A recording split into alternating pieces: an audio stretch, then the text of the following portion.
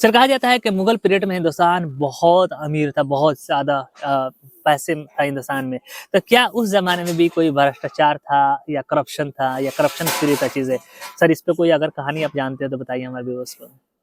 देखिए, उस ज़माने में भी भ्रष्टाचार बड़ा भयानक था। अच्छा। इस बात को आप समझिए। हुँ। एक बनिया जो शाहजहाँ के दरबार में रहा करता था, माने उसके नौकरी में था, हुँ, हुँ। उसने 5 लाख रुपए रिश्वत लेके जमा कर लिए थे। 5 लाख! आज के वो 5 अरब रुपया होगा। अच्छा। आप अपने बाप-दादा के ज़माने में देखेंगे तो उसमें 4 रुपए, 2 रुपए बहुत सर बड़ा। वो उस ज़माने में जब जामा मस्जिद बन रहा था या फिर ताजमहल बन रहा था, तो 1 पैसे दिए जाते थे जो मज़दूरों को 1 मज़दूरों रुपए को। 1 पैसा दिए जाते थे, वो सही है। तो 1 पैसे इक्विवेलेंट टू द 500 आज के, तो उसको अगर कैलकुलेट करेंगे तो अरब में चला जाएगा, सही बात हाँ, है। अरबों रुपए में हुँ, चला जाएगा। राइट। तो बनिया ने उतना पैसे बिटोर ली। हुँ, लेकिन जब वो बनिया मर गया तो उसकी बीवी जो थी, हुँ, वो अपने कब्जे में पैसे रखी थी। बनिया लोग तो पैसा जमा करते हैं ना। हुँ, लेकिन बनिया का लड़का जो था वो बड़ा थोड़ा हुँ, लफंगा टाइप का था। हुँ, कुमार विश्वास की हम लैंग्वेज में बोले तो। हुँ, तो उस लफंगे ने अपनी माँ पर दबाव डालना शुरू कर दी हुँ, कि पैसा दो, मुझे यहाँ खर्च करना है, वहाँ खर्च करना है। हुँ, लेकिन वो औरत देती नहीं थी। हुँ, तो उसने शाहजहाँ के कोर्ट में मुकदमा कर दिया अपनी माँ के खिलाफ। अच्छा। ले गया, केस दायर कर दी और कहा कि देखो मेरे बाप ने इतना पैसा जमा कर रखा है हुँ, और वो नहीं देती है मेरी माँ। हुँ, तो शाहजहाँ ने उस बूढ़ी औरत को बुलाया हुँ, और कहा कि तुम्हारे पास कितना पैसा है? तो हुँ, बूढ़ी औरत ने बोली कि मेरे पास 5 लाख से ज़्यादा रुपया है, अच्छा। 5 लाख क्राउन या जो भी कहिए। हुँ, तो शाहजहाँ ने कहा कि ऐसा करो, हुँ, उसमें से आधा मुझे दे दो हुँ, और आधा अपने बेटा को दे दो। शाहजहाँ को भी लालच आ हाँ, गया। तुम तो बूढ़ी हो गई हो।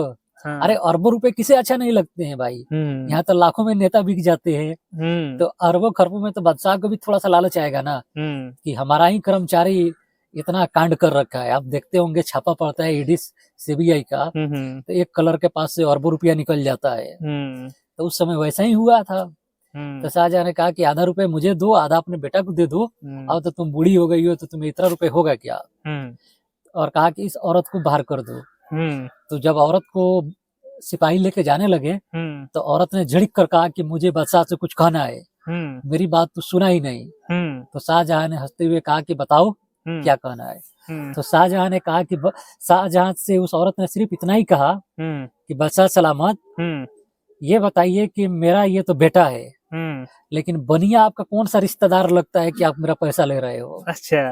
तो शाहजहाँ को बड़ा शर्मिंदा हुआ हाँ, कि यार एक बादशाह हाँ, और एक बनिया दोनों रिश्तेदार बना रही है। तो हाँ, वो काफ़ी शर्मिंदा हुआ शाहजहाँ, पूरे दरबार ही हँसने लगे। हाँ, और शाहजहाँ ने कहा कि अच्छा इस बूढ़ी औरत के पास पूरा रुपए रहेगा हुँ, और इसके रुपए कोई नहीं लेगा, ना मैं लूँगा, ना कोई नहीं लेगा, ना हाँ, इसका बेटा लेगा। हाँ, तो वो पैसा उस बनिया औरत के दिमाग से वो चला गया। तो हाँ, भ्रष्टाचार तो होते रहते थे। हुँ, भ्रष्टाचार से रिलेटेड दिलचस्प कहानी है जब शाहजहाँ के दरबार में जूता पहुँचाया गया। अच्छा। उसकी चर्चा अगर आप इजाज़त दें तो कह दें।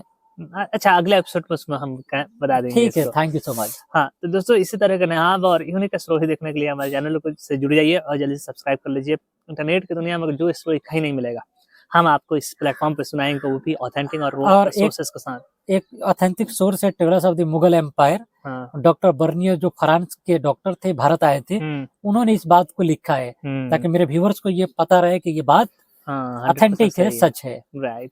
तो thank you so much. Thank you sir welcome. Everyone. Bye.